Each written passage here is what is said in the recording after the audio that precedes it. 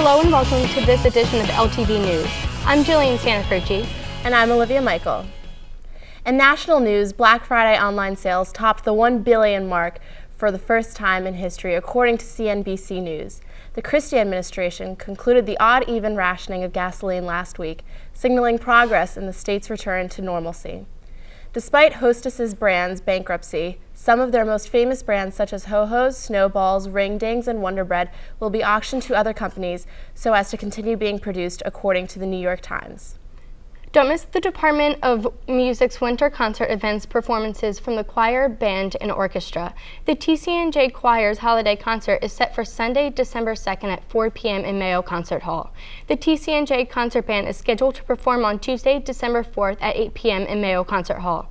Also to be located in the concert hall is a performance by the TCNJ Orchestra on Friday, December 7th at 8 p.m. All three performances are ticketed events and are available for purchase by visiting tcnj.edu/CFA. In recent news, Academy Award winner for Best Original Screenplay for the film Milk, Dustin Lance Black, came to our very own TCNJ campus during the Fall Multicultural Lecture on Tuesday, November 13th. During his visit, Black spoke about his own personal coming-out experience and the challenges he faced, not just with his Mormon family, but with society. Black explained that it's the power of our personal stories that change minds and change lives. That inspired him to pursue writing and storytelling. Today, he hopes to gain full federal equality in all states, including taking his fight to the federal government. Actor Larry Martin Hagman, mostly known for his roles on the iconic show I Dream of Jeannie and 1978 television series Dallas, passed away on November 23rd at the age of 81, according to USA Today's Carol Memot. Sources say the cause of Hagman's death was cancer. Warner Brothers released a statement, quote, Larry Hagman was a giant, larger-than-life personality whose iconic performance as J.R. Ewing will endure as one of the most indelible in entertainment history. He truly loved portraying his globally recognized character, and he leaves a legacy of entertainment, end quote. You can check out Hagman's last performances on the second season of TNT's Dallas, scheduled to release on January 28th. Out of the 15 episodes set to film for the new series, he was alive to shoot 6. Cast and crew of the college's recent production of Pippin have much to celebrate surrounding their sold-out success. The play within a play received great acclaims among viewers and had audiences captivated. We're going to take a short break now for our new entertainment segment.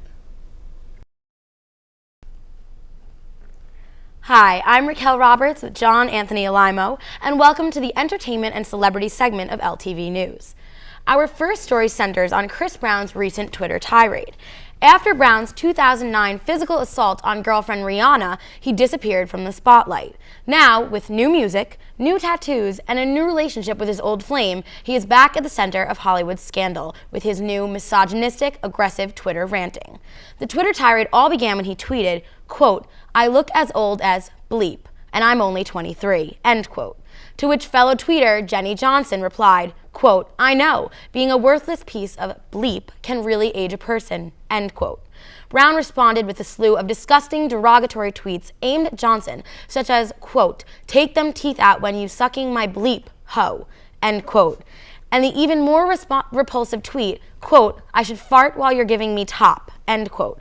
Followed by the classiest remark of them all, quote, Mom says hello, she told me not to bleep in your mouth, wanted me to bleep right on the retina, end quote. Brown, who has been caught blabbing stupidly prior to this instance, decided to delete his Twitter altogether as some form of damage control. Unfortunately for Brown, this is just another reminder of the sick, twisted man he is inside. No amount of body-bearing Instagrams, public appearances with Rihanna, or publicist-crafted apologies can undo the detriment he has caused to his own reputation. Brown, you may ask that we don't wake you up, but it's time for a reality check. Why are you dressed so scary? Oh, never mind. It's just Lindsay Lohan trying to do her best Liz Taylor. As you all probably are unfortunately aware of, Liz and Dick, Lindsay's latest foray in being on camera without wearing orange, has aired on Lifetime this past weekend. What was supposed to be a rejuvenation of her career was like prying loose the nail in her coffin and replacing it with a lit match and calling it a day. I tried watching Liz and Dick because I have a fetish for watching train wrecks. That's why I enjoyed films like Unstoppable and Glitter. But honey, let me tell you, I've seen tampon commercials that capture the essence of Liz Taylor more than Lindsay Lohan. I mean, I cannot blame Lindsay entirely for the spectacular failing of the film. I'm pretty sure the screenwriters could have done a better job if they wrote the entire script from the phrases of 100 fortune cookies.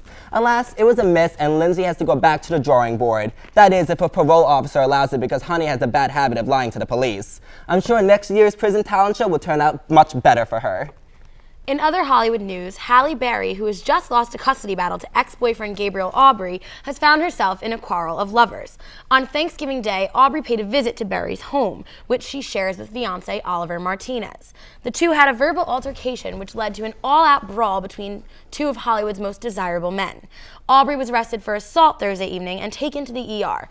Don't get me wrong, I'd love to see Aubry in handcuffs as well, but not the kind that end you in the slammer. Berry then slammed at her ex-lover with a restraining order to keep him 100 yards away from herself, their shared daughter Nala, and current fiancé Martinez.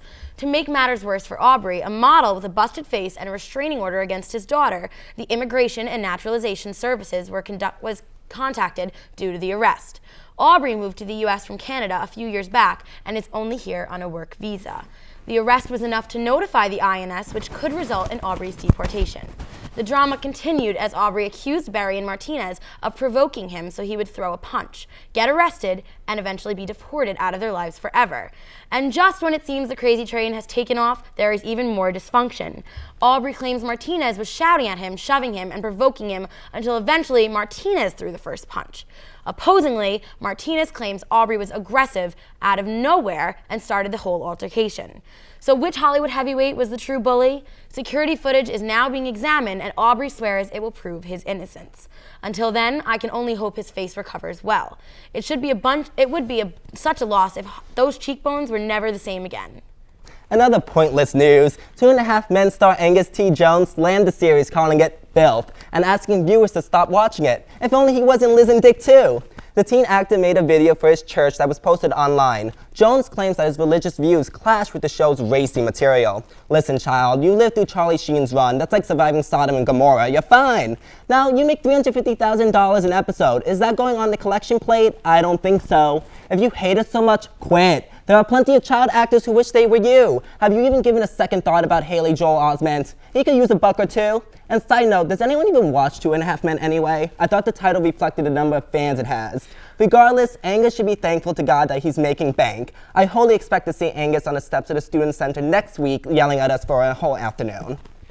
Tuesday afternoon, Gavin Rossdale, husband of Gwen Stefani and father of their 2 children, was photographed hiking with his boys and a chesty blonde.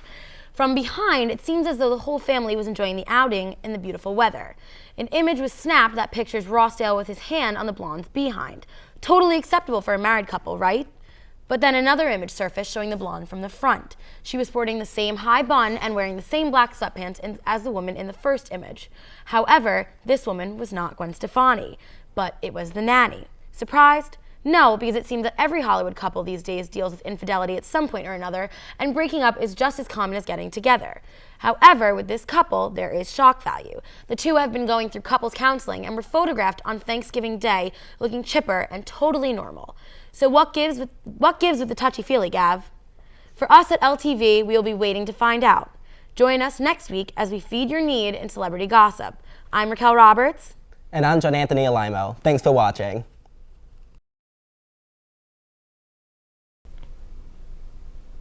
TCNJ students who want to make a difference in dealing with the aftermath of Hurricane Sandy now can do so without leaving the campus grounds. Here for Home and the dining services have come together to give students the option to donate any varying amount of their points earned. Just within the 2 to 3 day period of the launch, $215 were raised, SG President discloses. To donate your points to this deserving cause, simply tell the cashier after you swipe into ACOF or make a transaction that you would like to contribute a number of your points. Your points will help provide supplies to those in need during these tough times. When it comes to giving back during this time of Thanksgiving spirit, fraternity Delta Epsilon Psi had it all covered for those uninsured Trenton residents in need of health care services. With the help of organizations ranging from Trenton Fire Department to Women's Space, and even TCNJ's Lyme EMS, the boys were able to make the clinic accessible and inform those on health issues.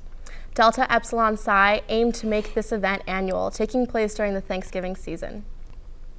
And that does it for this edition of LTV News. If you'd like to be involved with Lions Television, email us at ltv@tcnj.edu or like us on Facebook. For all of us at Lions Television, have a wonderful day.